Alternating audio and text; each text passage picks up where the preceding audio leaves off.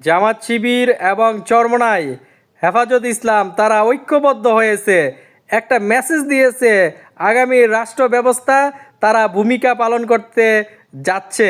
তার কারণ বাংলাদেশের জনগণের আকাঙ্ক্ষা ছিল এই ইসলামিক দলগুলো যদি ঐক্যবদ্ধ হয়ে একটি নির্বাচন ব্যবস্থা নতুন সিস্টেম চালু হয় তাহলে তারা সংসদে পার্লামেন্টে যেতে পারবে, এবং সেই আকাঙ্ক্ষাটা কিন্তু জনগণের ছিল এবং আপনার আমার সবারই ছিল যে ইসলামিক দলগুলো যদি ঐক্যবদ্ধ হয় তাহলে দুর্নীতিবাজ এবং চাঁদাবাজ এবং অপসংস্কৃতি এগুলো বাংলাদেশে বন্ধ হবে।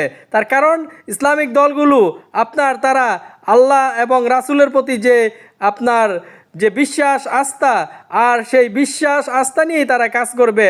আর অন্যান্য দলগুলো যেভাবে দেশের টাকা আত্মসাৎ করে এবং দুর্নীতি করে চাঁদাবাজি করে আপনার বাংলাদেশের জনগণকে অতিষ্ঠ করেছে, তাদের থেকে তো ভালো হবে আমাদের ইসলামিক দলগুলো, ইসলামিক নেতাগুলো।